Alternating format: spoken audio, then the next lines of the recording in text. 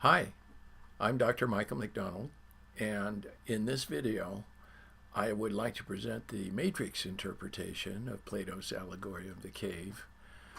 This video is one of a series of videos, all of which are presenting like 7 different interpretations just of the allegory of the cave. And that's kind of special. I don't think there's anything like this available on the internet. This is material that I have presented at the Osher Institute for Lifelong Learning. And the idea is that even though Plato wrote this allegory to explain his own philosophy, which is what I cover in the first 2 videos, it applies so much to the modern world and in so many different ways, to education, to currently here, The Matrix, the movie The Matrix. And that shows the power of allegory. We have defined allegory as a consciously created symbol that has a variety of related interpretations. And then in these interpretations, I'm applying them to the modern world of today. So if you're a little unclear who Plato is and how he relates to Aristotle or to Socrates, or the role that this allegory played in his own philosophy, then just tune into the first few videos, and that's where I cover that. At this particular time, I'm just going to cover it in terms of this movie, The Matrix, which was a movie I recommend. It had Keanu Reeves in it, and a lot of people have recognized that this applies to Plato's Allegory of the Cave. I will be covering it here a little more systematically in the sense that I'm applying it to the fourfold line that Plato puts forward. He always wanted that to be used when we were interpreting the Allegory of the Cave. And so I'll explain the symbolism here.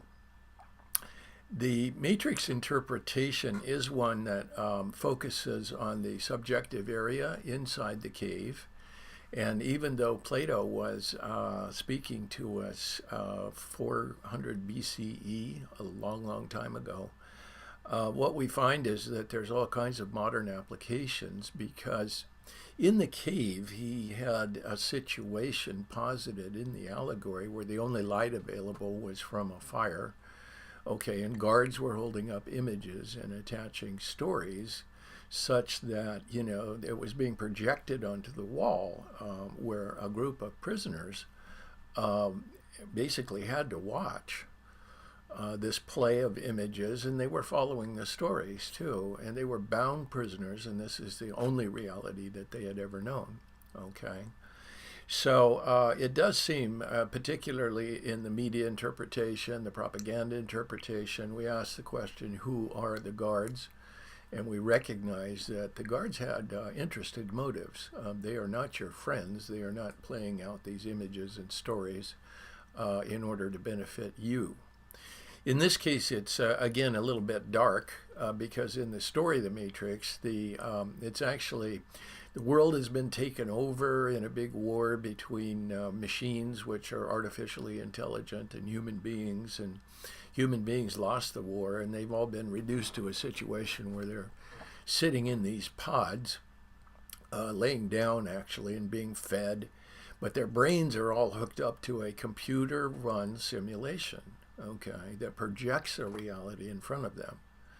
So even though Plato didn't know what computers were, we have a very good idea of what it is to watch images that have been prepared by other people. And in this case, the motive of the machines is a very dark one. They have enslaved humanity, and they give them the illusion that they're walking around, making choices and interacting with people, and living their lives in a version of the 20th century world, but it's all a computer program. And of course, the movie raises the question, gee, if you were in a computer simulation, how would you know? And would you be satisfied or dissatisfied? And that's what we find, you know, in the first 2 sections of the divided line up until we get to the cave entrance. We're dealing with the situation that exists within the cave. Just on cue, the movie posits that there's a group of people that have escaped, that alone know the truth. They're not part of the computer simulation, but know all about it.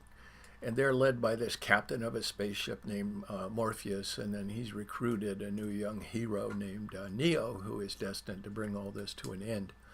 And he has a girlfriend, Trinity, and it's through the power of love that they finally end up being able to actually kind of overcome the illusion of the simulation in all respects. They can pop in and out of the illusion by kind of plugging themselves into the matrix or not being part of the matrix. So this group is in a organization called Zion, which is the group of the only part of humanity that really understands the real truth.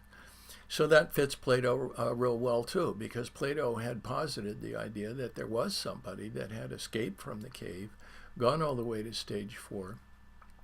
And for Plato, that meant they had a different source of light. They were able to see things in the day light, and so they were able to see real things, real rabbits, for example, and real coyotes. And the guards inside the cave had been holding up images of rabbits and coyotes and attaching stories and then projecting them. So Plato was saying you're about as far away from reality as you can be when you think that reality is there, but it's only the shadow of an image of a real thing. And as in the movie The Matrix, once you escape from the cave, by the way, that's a difficult uphill climb. And boy, they dramatize that in the movie. To get out of that cave, Neo has to unplug himself, get washed away, and get back to this whole pod area and actually recover his own body, which is in this messy environment. But they do that. And they get him out and they get him up in the spaceship, and now he knows himself for the first time. So that corresponds with the difficult uphill journey in Plato, where the free man returns from stage 4. He's seen the real light of things. He's seen real rabbits. He doesn't want his friends to have to spend the rest of their lives looking at the shadow of images of rabbits and thinking that's what's real. And so he goes back into the cave. Doesn't he? And he taps them on the shoulder and takes them on this long uphill journey, which is what's basically going on in stage 2 of the divided line, is this uphill journey out of the cave, which is always difficult to do because the people who are prisoners don't necessarily want to escape. They've been given a very comfortable version of things, and they highlight that in the movie, that the people who is most of humanity that is in this computer simulation thinks everything is perfectly normal. And what we're dealing with here is the idea of apperception, when some kind of hypnotic reality has actually been able to entrance you at the deeply subconscious level, where your mind is putting together images for you. And that can seem very real if the level of the suggestion is going that deep. And actually, in The Matrix, you have Neo and Morpheus and Trinity. They are all free people who have escaped. They've seen what the whole situation of humanity is. They all want to return and kind of help liberate the people that are caught in the Matrix and hope that humanity can make a new start in this place called Zion. And then, of course, the computers are very determined to prevent this, and they've got this dark figure called Agent Smith over here, who's out to enforce the simulation and track these people down and make sure that nobody escapes from the cave. So we have actually a very close representation of some of the dynamics. One thing that the movie The Matrix adds that we don't find in Plato is this figure called Cypher, who's sort of the Judas figure in the movie, just like Neo, with his name that means the new. He's kind of like a Christ figure in a way. He's the one who is like the liberator or the one who will bring salvation to the whole group. But he can only do that at the point that he really understands this whole computer simulation in a deep, deep way. By the way, when you get out of the cave, you know, you're in the open sunlight. We've exchanged one, you're in stage 3, and you're in the open sunlight, and now you're not seeing the fire anymore at all. You're seeing things in the light of the sun. And as I've said in other videos, that represents recognizing your universal context and seeing yourself as you are, and actually seeing things exactly as they are, apart from any form of hypnotic suggestion or ideas that have been given you by other people. So at stage 3, you are confused because you are only coming out into the sun for the first time, and you've been used to the darkness of the cave, so it confuses you. The movie The Matrix gives us a good rendering of that kind of situation too, doesn't it? Because Neo has to go through a learning experience once he's outside the cave. Not only as Morpheus explaining things to him step by step, but he's got this great figure called the Oracle, who, like all oracles historically, is basically announcing the truth and has special powers of guidance, such that listening to the oracle or listening to your inner truth is also an essential part of this process, you know, of unplugging from the matrix and learning to own your own mind and be your own person. So the unusual figure that's added in the Matrix that Plato didn't think of is this figure of Cypher. And he's kind of the Judas, you know, to the Christ figure that Neo represents. Neo brings salvation, and Cypher wants to betray all that and actually voluntarily go back in the cave, even though he's learned the truth and he's been out and, you know, seen the true situation. Why does he want to do that? Because it's more comfortable. So that's a new wrinkle that's added by the movie The Matrix. But other than that, the Matrix movie does illustrate nicely all of our 4 stages. Stage 1 being hopelessly caught in the illusion. That's the people in the pods. Stage 2, going through the difficult uphill journey that's involved to get yourself out of that condition of both being bound, you're a prisoner, you're being exploited, and getting into the light of the sun, which is a difficult process that goes on in stage 3, where you're kind of blinded by the whole thing. But eventually, Neo does become a true teacher figure, especially as he gets together with his girlfriend, Trinity. And then movie does deliver the nice message, and I love it that it comes through the female power of recognition and love and her belief. She becomes a lot more important, actually, in the movie for the final release from the Matrix. Can only take place when you realize the power of love.